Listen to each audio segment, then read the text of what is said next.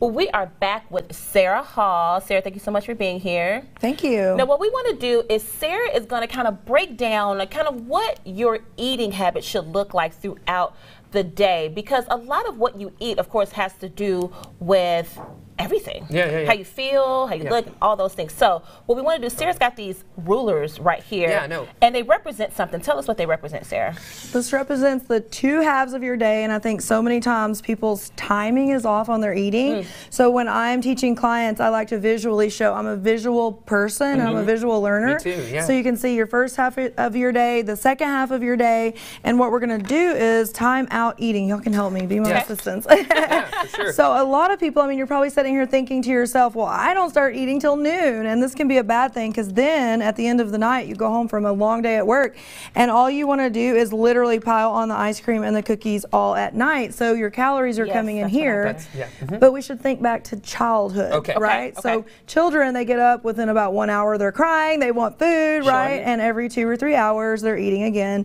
And so as adults, we should really be that way too, to where we get home and at night we may not even need that last meal or that last snack. You're not going to have those cravings. So timed eating is super important, and it's something that I focus on with all my clients. Okay, so that's a great point, because now, are these full meals, Sarah, or are we switching out? Is this like a full breakfast and a snack, a full lunch and a snack, or are these full-on meals? Right, it's a good question. Good question. It really depends on the client, but typically it's more of a full meal here, and potentially at the evening. And sometimes people, depending on their work schedule, might have a little balanced snack like we talked about earlier, and just not going more than about 3 or 4 hours between. And then I have some clients that'll do 200 to 300 calories every 2 to 3 hours to help their metabolism be up and running throughout the day. Now, what are some snacks? We've got a couple of things here. We've got some blueberries, we've got some yogurt, we've got some hummus. What are some really good on-the-go snacks for people that they can take with them really quick and snack to keep their metabolism up during the day? So I love little sandwich baggies, and you can put fruit, blueberries, nuts, almonds, whatever in there. And so when you're pairing, you might have a little sandwich bag of your blueberries paired with your almonds. Or, you know, if you're like me, I carry a little pail with me that has an ice pack in it, and you can take a little cup of Greek yogurt because it's a great protein carb balance. You could also take little tuna packs. Those are great options on the go, or even just throw the rice cake and a little bit of peanut butter into a little container and take it with you.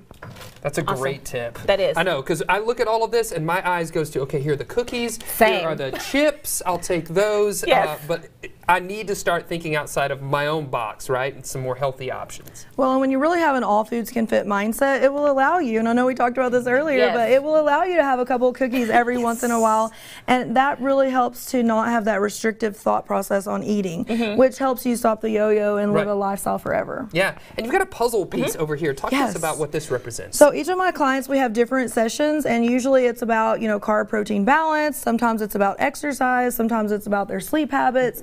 Eating out is a big deal with most of my clients, so I will just take a piece of the puzzle out and we will talk about it for that session.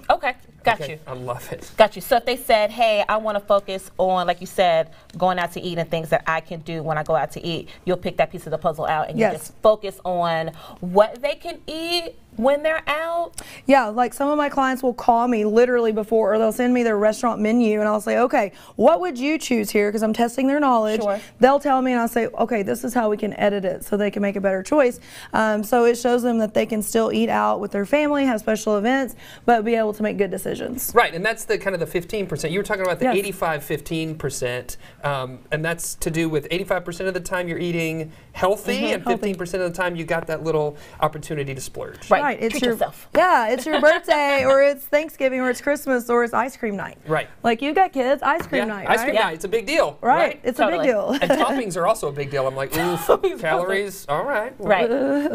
Now, you've also got this tool right here, Sarah. Talk to us about how you use this with your clients. So many times when you do flexible dieting and you balance out your carbs, proteins, and fats, sometimes the scale can be frustrating and it may not move as much, but I make all of my clients, actually I send them a tape measure to be able to actually measure themselves in different areas, and they submit that on my electronic health record so we can also track how much their body fat is going down. Oh, wow. I love it. That is a great way. So because great. Do you see, like, when people are actually seeing the results, that's kind of when they're sticking to their diets. Yeah, when they see the results, and the scale is only one part of that. Right. Energy being up, feeling good on a daily basis, you know, and measuring your waist circumference is huge. Women should have a waist circumference below 35, men below 40. You're there. You're already there.